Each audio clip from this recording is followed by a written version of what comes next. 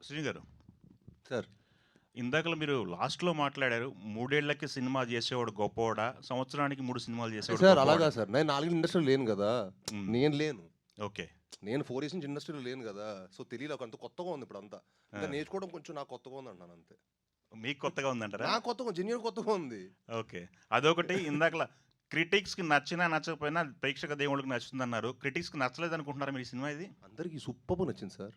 అంటే మ ఇంక 1, 2% ఉంటది కదా సార్. ఓకే. 1, 2% సార్. 98% క్రిటిక్స్ గూడా ఎక్స్ట్రార్డినరీ ఎక్స్‌ప్లోర్ చేశారు. కాకపోతే ఏంటంటే మేము ఎక్స్‌పెక్ట్ చేసామంటే మా సినిమా మేము యాక్చువల్ చేసింది మన మీడియా వాళ్ళని దృష్టి పెట్టుకొని వాళ్ళ సపోర్ట్ ఇస్తారు ఇలాంటి సినిమాకని చెప్పి మంచి సినిమా చేసానికి ప్రయత్నించాను సార్. అది వాళ్ళని దృష్టిలో పెట్టుకొని మన మీడియానే నన్ను ఎక్కువ సపోర్ట్ చేస్తాం అనుకునే సినిమా.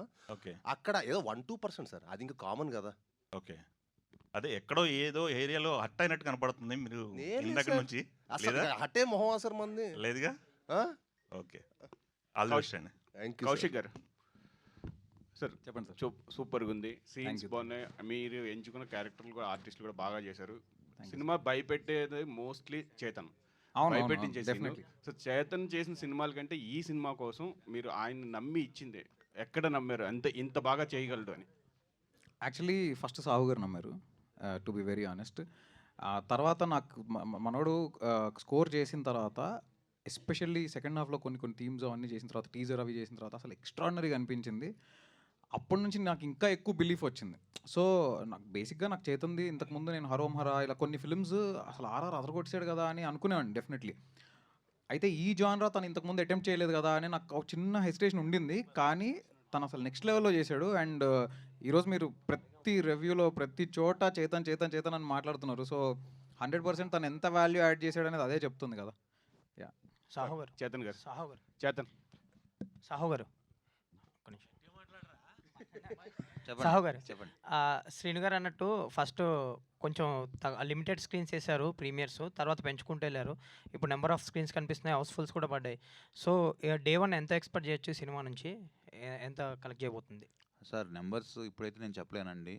డెఫినెట్గా ఈవినింగ్కి ఒక క్లారిటీ వస్తుంది, డెఫినెట్గా చెప్తాం. ఇట్స్ టూ ఎర్లీ, ఇంకా అవ్వలేదు కాబట్టి నేను తెలుస్తే ప్రీమియర్ నుంచి నెంబర్స్ అన్ని ఈవినింగ్ ఒక క్లారిటీ వస్తుందండి. ఓకే. కౌశిక్ గారు, చేతన్ గారు శ్రీనివాస్ గారు, సార్. శ్రీని గారు సార్. సార్ అంటే హర్రర్ మూవీస్లో హీరో క్యారెక్టరైజేషన్స్లో మీ క్యారెక్టరైజేషన్ చాలా బాగుంది సార్. కౌశిక్ గారు ఒక సెల్ఫ్లెస్ క్యారెక్టర్ని క్రియేట్ చేశారు, ఒక యూనివర్సల్ అప్పీల్ ఉన్న క్యారెక్టర్ని క్రియేట్ చేశారు. అంటే ఇంటరాక్షన్ సీన్ నుంచి చూస్తే క్యారెక్టర్కి సెల్ఫ్లెస్గా ఉంటాడు త్రూఅవుట్ సినిమా అంతా. చాలా యూనిక్గా ఉంది. మీరు ఎస్పెషల్లీ సెకండ్ హాఫ్కి వచ్చేసరికల్లా మీ పెర్ఫార్మెన్స్ అనేది టాప్ నాచ్ అనిపించింది సార్. అంటే కథకు కట్టుబడి ఉన్నారు ప్రతి సన్నివేశంలోనే, అది బాగా అనిపించింది. Thank you sir. నిజంగా మీరు అది ఈ కథ విన్నప్పుడు నాకు నచ్చిన మెయిన్ ఎలిమెంట్ అది సార్. హీరో క్యారెక్టర్ చాలా బాగుంటుంది. మీరు యూజువల్ హారర్ సినిమాలు చూసుకుంటే హీరో క్యారెక్టర్ కొంచెం తక్కువ ఉంటుంది. బట్ ఈ సినిమా ఏంటంటే హీరో క్యారెక్టర్ కూడా చాలా అద్భుతంగా ఉంటుంది. పర్ఫార్మెన్స్కి చాలా మంచి స్కోప్ ఉన్నది. అందుకే నేను ఈ సినిమా చేసుకోవడం జరిగింది. Thank you so much sir. Kaushik గారు, so first of all congratulations అండి. Thank you. ఆర్ట్ వర్క్ కూడా చాలా బాగా మాకు రీచ్ అయిందంటే ప్రతి డీటెయిలింగ్ చాలా చాలా బాగుంది. అండ్ మీ చాయిస్ ఆఫ్ కాస్టింగ్ కూడా చాలా బాగుంది. ముఖ్యంగా శాండీ గారి గురించి చెప్పాలి. అసలు ఫస్ట్ థాట్ ఆయన దగ్గరికి వెళ్ళాలి, ఎందుకంటే కొంచెం సీరియస్ రోల్ ఉన్న పర్ఫెక్ట్గా ఉన్న మనిషిని అలా కన్వర్ట్ చేసి యాక్టింగ్ చేయించడం అన్నది ఒక టాస్కే. సో ఆయనది చాయిస్ ఎలాగా, ఎవరి చాయిస్ అది? శాండీ మాస్టర్ది డెఫినెట్లీ నా చాయిస్ అండి. సో లియోలో ఆయన ఒక సీన్లో చాక్లెట్ కాఫీ అంటాడు, అది నాకు బాగా ఇంట్రెస్టింగ్గా అనిపించింది. And because is a choreographer also, I felt ఆ క్యారెక్టర్కి చాలా పర్ఫెక్ట్గా సెట్ అవుతారు అని. సో నేను ఆయన కలవడం జరిగింది. ఆయన ఆఫీస్కి వచ్చారు. కలిసినప్పుడు నేను చెప్పి ఒక సీన్ ఆయన జస్ట్ ఊరికే ఇలా పర్ఫామ్ చేసి చూపించగలుగుతారని అడిగాను. ఆయన చేసిన వెంటనే అసలు ఇంకా ఈయన తప్ప ఇంకెవరు దీనికి బాగోరు అని అనిపించేంతలా చేశారు ఆయన. అండ్ ఆయన అసలు ఫస్ట్ టైమే మేకప్ టెస్ట్ చేస్తున్నప్పుడు ఆల్మోస్ట్ ఒక 6 hours ప్రాస్థెటిక్ మేకప్ ట్రై చేసి దాని తర్వాత and he was so patient. ఆయనలో ఉన్నంత పేషెన్స్ నాకు తెలిసి నేను ఎక్కడా చూడలేదు ఇంకెవరి దగ్గర. అంత లెవెల్ ఆఫ్ పేషెన్స్, అంతే 6 hours 7 hours మేకప్ ట్రయల్స్ అదంతా అంత పేషెన్స్ నేను చూడలేదు. And he's terrific. ఆయనకి ఒక్కసారి సీన్ ఇలా చెప్తే ఇంకా ఆయన ఆటోమేటిక్గా దాంట్లోకి వెళ్ళిపోతారు. సూపర్ చాయిస్ అండి. అదే కాస్టింగ్ అయితే అదిరిపోయింది. మాకు చూసినప్పుడు ఆ విజువల్ వండర్ బాగా అనిపించింది అనమాట. Congratulations so and much. చేతన్ గారు. సార్ మీకు very very big congratulations. Because ఒక హారర్ మూవీని మేము చూస్తున్నామంటే మీ స్కోర్ వల్లే దాని ఇంపాక్ట్ అనేది మాకు రీచ్ అవుద్ది. That was like 100% top notch ఉంది స్క్రీన్స్లో చూస్తుంటే. Thank you so much. మీకు ఈ సబ్జెక్ట్ ఇచ్చినప్పుడు ఇందాక అన్నారు మీరు ఇప్పుడు దాకా ఈ టైప్ ఆఫ్ స్కోరింగ్ ఇవ్వలేదని చెప్పేసి. What is more challenging for you అంటే ఏం చెప్తారు సార్? అంటే ఎప్పుడైనా ఒక ఆర్టిస్ట్, ఒక మ్యూజిషియన్ ఆర్టిస్ట్ అంటే అతను మల్టిపుల్ పర్సనాలిటీ అనేది ఎప్పుడు ఇష్టపడుతూ ఉంటారు చాలామంది. సో జనరల్గా ఒక ఇంతవరకు చేయని కలర్ నేను కొత్తగా వస్తుంది అన్నప్పుడే ఎలాంటి ఇన్స్ట్రుమెంటేషన్ సెలెక్ట్ చేసుకోవాలి, ఎలాంటి కైండ్ ఆఫ్ జానర్ని పిక్ చేసుకోవాలి. అంటే మ్యూజికల్ హర్రర్లో కూడా ఇప్పుడు జనరల్గా సైలెన్స్ అనేది హర్రర్లో ఒక కైండ్ ఆఫ్ అప్రోచ్ లాగా జనరల్గా మనం చూస్తూ ఉంటాం. సో ఈ మినిమలిస్టిక్ సైలెన్స్ లాగా ఉండేది ఒక అప్రోచ్, అండ్ మినిమలిస్టిక్ ఎపిక్ లాగా ఉండేది ఒక అప్రోచ్. సో అలాంటి అప్రోచ్ ఒకటి తీసుకుని చాలా కొత్తగా చేయొచ్చు కదా అని స్కోప్ మెయిన్గా believing ఫ్యాక్టరే.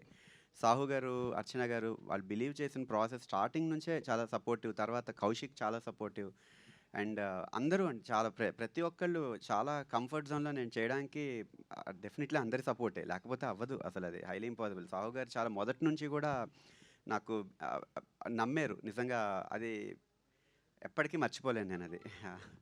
Congratulations. Thank you. Sahu గారు కంగ్రాట్స్ అండి. సరే ఇప్పుడు దాకా ప్రశాంతంగా ఉంది, మీరు వచ్చారు. అయితే వెళ్ళిపోతాం సార్. వెళ్ళిపోమంటారు చెప్పండి సార్. లేదు చెప్పండి.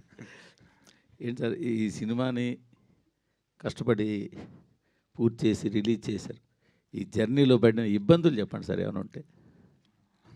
కాదు ఇప్పుడు అసలు మన పాజిటివ్ ఉండదుగా, ఇబ్బందులు ఏం లేవు సార్. అంతా సినిమా రిలీజ్ అయిపోయింది కదా ఇప్పుడు. వెరీ హ్యాపీగా ఉన్నాం. మీకు తెలుసు ఎంత రెస్పాన్స్ ఎంత బాగుందో. అందరు ఫోన్ చేసి చెప్తున్నారు చాలా మంచి సినిమా అని. నాకు ఫస్ట్ టైం చాలా మంది ప్రొడ్యూసర్స్ ఫోన్ చేశారు. Very good. ఇన్ని సినిమాలు ఎప్పుడు చేయలేదు. సో దాన్ని బట్టి ఐఎమ్ ఆల్సో అజ్యూమింగ్ అంత బాగుంది బయట మార్కెట్లో దీని టాక్ అని నాకు అనిపించింది మార్నింగ్. Very happy. ఇబ్బందులు అంటే ప్రతి సినిమా కూడా ఇబ్బందులు అంటే ఏం లేదు సార్, అంత ఇబ్బందులు ఏం పడలేదు. Every movie is a struggle, ఎవరికైనా, ఒక ఆర్టిస్ట్కైనా, ఒక డైరెక్టర్కైనా, ప్రొడ్యూసర్కైనా ఈజ్ ద సేమ్ థింగ్.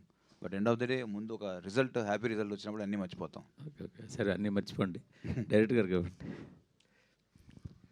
సరే యూజువల్గా ఈ థ్రిల్లర్ సినిమాలు, సస్పెన్స్ థ్రిల్లర్లు, హర్రర్ థ్రిల్లర్కి ఉన్న ప్రాబ్లం ఏంటంటే ఇంటర్వెల్ బ్లాక్ దాకా ముడేస్తారు.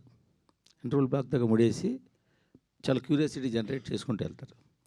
సో ఎలా అయితే ముడేసారో దాన్ని అలా స్లోగా ఇప్పుకుంటూ క్లైమాక్స్కి తీసుకెళ్ళాలి. బట్ ఎక్కడో ఒక దగ్గర ఏం చేస్తారంటే ఇంకా ముడి ఎప్పుడో మానేసి నెరేటివ్ ఫార్మాట్లోకి తీసుకెళ్ళిపోతారు. ఈ సినిమాలో ఆ సెకండ్ హాఫ్లో ఆ నెరేటివ్ ఫార్మాట్ చాలా ఎక్కువ ఉండడం అన్నది మీరు గమనించారా? లేదు సార్, యాక్చువల్లీ మీరు ఇప్పుడు ఏదైతే చెప్పారో సెకండ్ హాఫ్ అంతా అన్ఫోల్డ్ అవుతూ ఉండాలని, డెఫినెట్గా సెకండ్ హాఫ్ అన్ఫోల్డ్ అవుతూనే ఉంటుంది. బికాజ్ మీకు ఎవ్రీ అన్ఫోల్డ్ దానంతటా అది అవ్వడం వేరు, ఏదో ఒక క్యారెక్టర్ చేత మొత్తం చెప్పించడం వేరు. అది నేను చెప్పేది. అంటే బేసిక్గా అదొక స్టైల్, ఇది ఒక స్టైల్ ఆఫ్ నరేషన్ అండి. మనం ఎందుకు ఇంతకు ముందు చాలామంది అలా చేశారని అలానే ఎందుకు చేయాలి అంటే దానివల్ల అంటే అలా కాదు, సినిమా అనేది ప్రేక్షకుడు చూడాలి అంతే కదా. అవును సార్, నేను చూడాలి, కరెక్ట్, నేను దాంతో ట్రావెల్ అవ్వాలి. కరెక్ట్. దాంతో నేను కూడా ఒకటి సపోజ్ ఒక హీరో అన్ఫోల్డ్ చేసుకుంటూ వెళ్తుంటే హీరో వెనకాల ఆడియన్గా నేను కూడా వెళ్ళి అది నేను ఎంజాయ్ చేయాలి. Correct sir. హీరో కూర్చోబెట్టి అనగనగా ఒక రాజు ఇలా కథ చెప్పేసుకుంటూ ఇది ఇలా జరిగింది, వాడు ఇలా వెళ్ళాడు, వాడు వెనకాల వచ్చాడని చెప్పేస్తే ఇంక నాకేం ఎంజాయ్మెంట్ ఉంటుంది? మరి ఎందుకు సార్ ఇంతమంది ఎక్సైట్ అవుతున్నారు? సినిమా బాగోలేదని నేను అంటలేదు, అది ఎక్కువైంది ఈ సినిమాలో అని అంటున్నాను. మేబీ సార్, అంటే బేసిక్గా నేను ఆ స్టైల్ ఆఫ్ నరేషన్ని చూస్ చేసుకున్నాను. ఇంకా అది ఇంకోటి ఏంటంటే what I felt is second హాఫ్లో మోర్ దెన్ హారర్ ఎలిమెంట్ ఉంటూనే ట్విస్ట్స్ అనేది ప్లేస్ చేసుకుంటూ వెళ్ళామన్నమాట. సో అది నాకు హై ఇచ్చింది రాస్తున్నప్పుడు. ఫస్ట్ ఒక క్యారెక్టర్ని ఇంట్రడ్యూస్ చేసాం, ఆ క్యారెక్టర్ తోటి కొంత చిన్న నెరేటివ్ జరిగింది. ఆ నెరేటివ్ చూసినప్పుడు మనం ఒకటి ఎజ్యూమ్ చేసుకుంటాం, దెన్ అగైన్ ఒక ట్విస్ట్ పడుతుంది, దాని తర్వాత ఒక 20 minutesకి మళ్ళీ ఇంకోటి జరుగుతుంది. సో అలా అది నాకు హై ఇచ్చింది రాస్తున్నప్పుడు. So that is one of the major reasons why నేను ఆ ఫార్మాట్ చూస్ చేసుకోవడానికి, అది one of the major reasons sir, అంతే.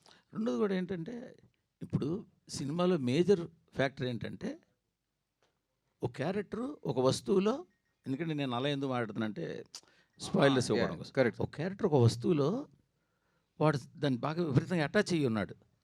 ఆ వస్తువును వీళ్ళు స్పాయిల్ చేశారు కాబట్టి వాళ్ళ మీద పగబట్టాడు అన్నది పాయింట్. మీరు మొత్తం చెప్పేయండి సార్, అయితే అయిపోద్ది. నేను స్పాయిల్ అందుకనే చెప్పాను. మీరు దాన్ని అంత క్లారిటీగా చెప్పలేకపోయారు సినిమాలో అనిపించింది నాకు. అవునా? అంటే అర్థం అర్థం కాలేదా సార్ అది చూసినప్పుడు? ఇది రీజన్ అనేది? నాకు అర్థం కావడం కాదు సార్, అది కొంచెం స్టడీగా బాగా చెప్పాల్సిందే అంటున్నాను. ఏమో సార్ అది మీకే తెలియాలి. బట్ ఇంకొక చిన్న థింగ్ ఏంటంటే బేసిక్గా నెరేటివ్లో మీరు ఇందాక అడిగిన క్వశ్చన్కి కూడా ఎందుకు ఒక క్యారెక్టర్ చెప్పాలి అంటే, ఇప్పుడు 1989లో స్టార్ట్ అయిన కథ, హీరో టైం ట్రావెల్ చేసి వెనక్కి వెళ్ళి అతనంతట అతను తెలుసుకోలేడు. ఖచ్చితంగా ఎవరో ఒక క్యారెక్టర్ చెప్పాల్సిందే. ఎవరో ఒకరు చెప్పకుండా ఇతనికి తెలిసిపోయింది అంటే అతనికి సూపర్ పవర్స్ లేవు. అట్ ద సేమ్ టైం అందుకు అంటే one of the major reasons why I chose that narrative అనే దానికి చెప్తున్నాను మీకు. మీరు అడిగిన క్వశ్చన్ 100% ఏ కరెక్ట్. పిల్లలోనే నెరేటివ్ ఉంటుంది, అది ఎంత పర్సెంట్ ఉన్నదాన్ని బట్టి ఉంటుంది. అది నేను చెప్పింది, మీ దాంట్లో ఎక్కువైందని అంటున్నా. అదే అదే అదే ఆ ఫార్మాట్ చూస్ చేసుకున్నాం సార్ అదే అంతే. హీరో గారికి ఇందాక క్వశ్చన్కి సార్, ఇందాక క్వశ్చన్కి అంటే నేను మీ అంత నాలెడ్జ్ లేదు సార్, అయ్యో, ఆయన అంత అదే నాలెడ్జ్ లేదు. కూడా లేదు సార్, లేదు. అంత గొప్పనైతే కాదు కానీ సార్. మీరు మామూలుగా చాలా ఇప్పుడు కొన్ని గొప్పనే. మలయాళం సినిమాలు చూస్తాం కదా సార్, అవును. అంటే మనం జానర్ ఏంటంటే హారర్ మిస్టరీ. అవును. సో సెకండ్ హాఫ్ మనం దానికి stick to the genre sir. ఈసారి ఏమి మేము ఎక్కడ ఎలివేట్ చేయకుండా, సాంగ్లు అవి పెట్టకుండా, ఎక్కడ దాన్ని స్పాయిల్ చేయకుండా we have stuck to our genre. So మీరు మిస్టరీ చాలా అన్ఫోల్డ్ అవుతూ ఉంటుంది సార్. మన example Malayalam cinema officer on duty చూసారా సార్? చూసారా సార్ మీరు? ఆఫీసర్ ఆన్ డ్యూటీ చిన్న గోల్ చైన్ దగ్గర స్టార్ట్ అవుతుంది. చిన్న గోల్ చైన్ దగ్గర స్టార్ట్ అయ్యి by the way it unfold చూసారా కథ, చాలా ఎక్స్ట్రాడినరీ అనిపిస్తుంది. సో సమ్వేర్ మాకు మీరు ఇప్పుడు చెప్పిన అర్థం చిన్న అక్కడి నుంచి స్టార్ట్ అయ్యి కథ ఎలా అన్ఫోల్డ్ అవుతుంది అనేది మేము కొంచెం ఫ్రెష్గా ఫీల్ అయ్యాం. బట్ మీది ఏదైతే క్లైమాక్స్ పార్ట్లో